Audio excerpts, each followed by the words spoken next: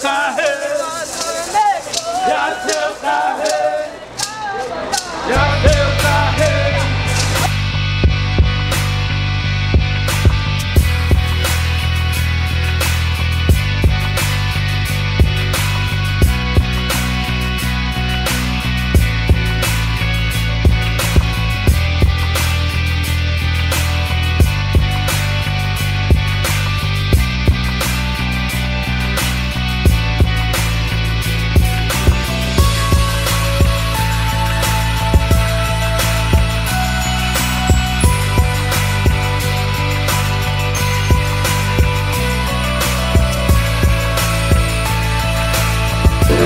Aquele abraço.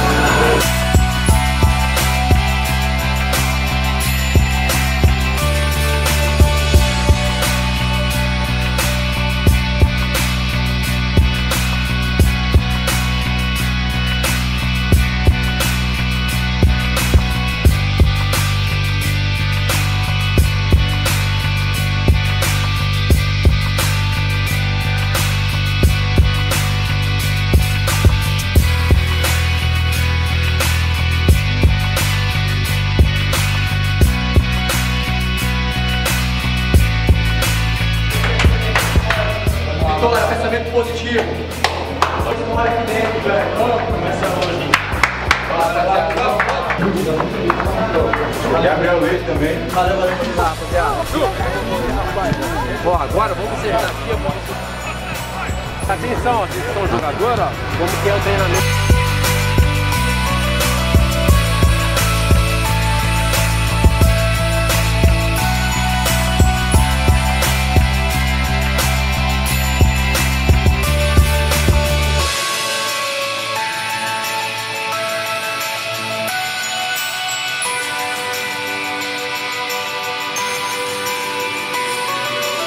Tem muita gente, velho, que torce, que reza pra caralho, que vibra por nós.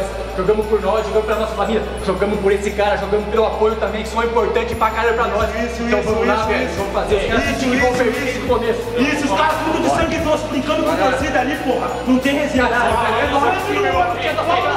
aqui, ó. Não esquece a certeza. Não deixa pra fazer amanhã, porque amanhã a gente não sabe quem tá vivo. Você tá me entendendo? Então hoje, quem vai jogar terça-feira, foda-se, irmão. Se tiver que trocar os 20, vai trocar os 20. Não vai deixar essa porra lá